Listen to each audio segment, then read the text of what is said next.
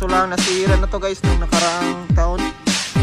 Dito sira na to. Yo, what's up guys?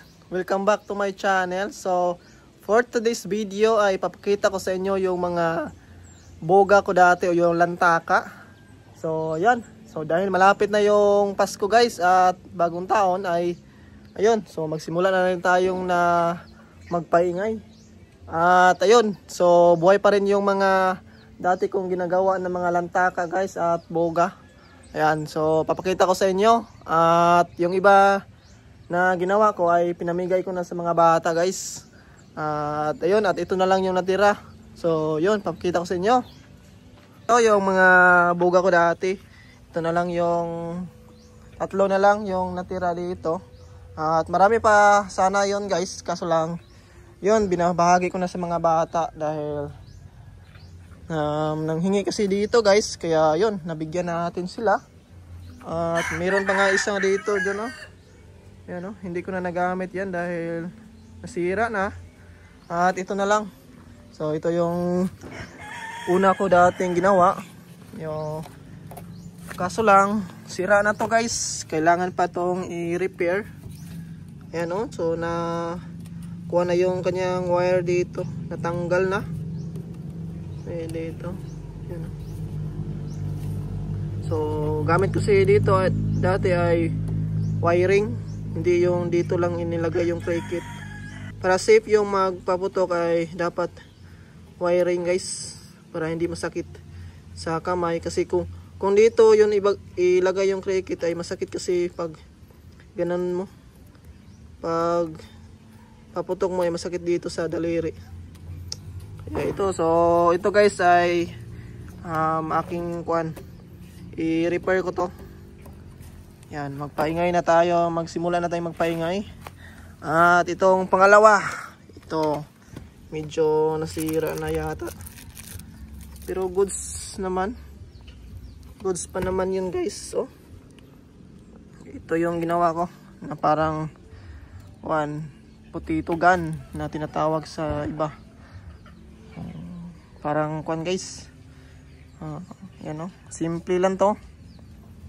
At safe ito guys gamitin. Ito yung niya, cricket. Yan, dito yung cricket. Yan. So, tingnan natin dito kung gumagana pa rin ba yung cricket nito.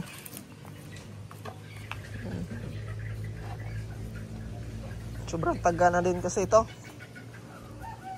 Noong nakaraang New Year pa to ginawa ko. Pasko. Noong nakaraang bagong taon pa to ginawa ko guys. Okay. Yan, tingnan natin kung may kuryente ba. Mukhang wala na yata. Mukhang palitan na natin to ng cricket guys. Ayusin ko lang yung wire dito sa loob. May alikabok kasi.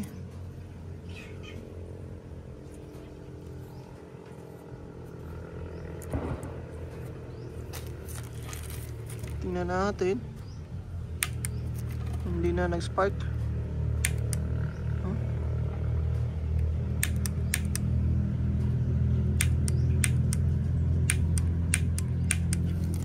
Wala na guys, mukhang wala na tong wala nang kuryente. So palitan na lang ito ng cricket, bagong cricket. Ayan.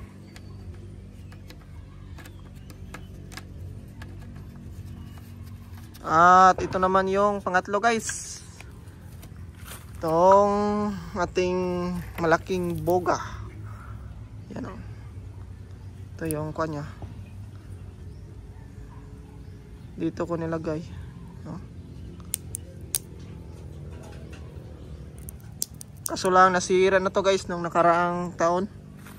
Dito sira na to guys.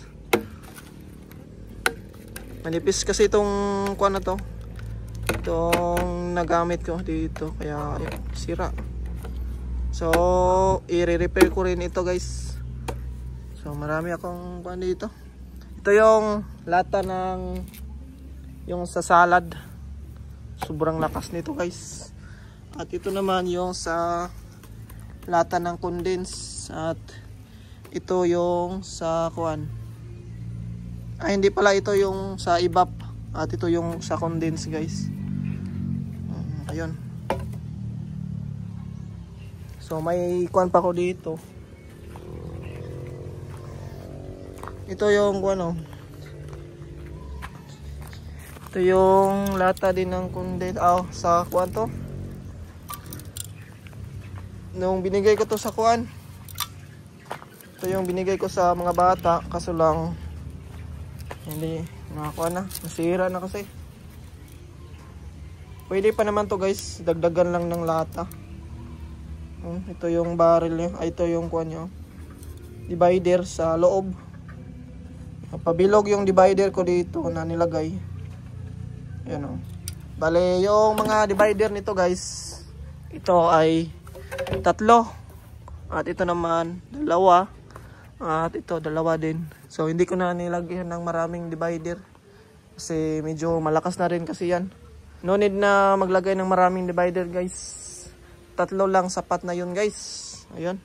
So ayan, abangan nyo guys yung ating pagbabalik ng pagbubuga. O yung lantaka. So sa gumagawa ng ganito ay magdoble ingat lang kayo. So ayun lang. So in-update ko lang kayo guys sa ating mga buga. Yan. So marami akong tutorial nito guys. May tutorial ako dito sa aking kuan sa Blue App. So pwede nyo puntahan doon sa aking channel, sa page, at pwede nyo makita kung paano ko ginawa yon, yung aking mga boga. Marami pa yon guys, may double barrel pa ako na ginawa doon. So yung double barrel ko kasi ay binigay ko na sa mga bata, at yung mga marami pang iba na binigay ko.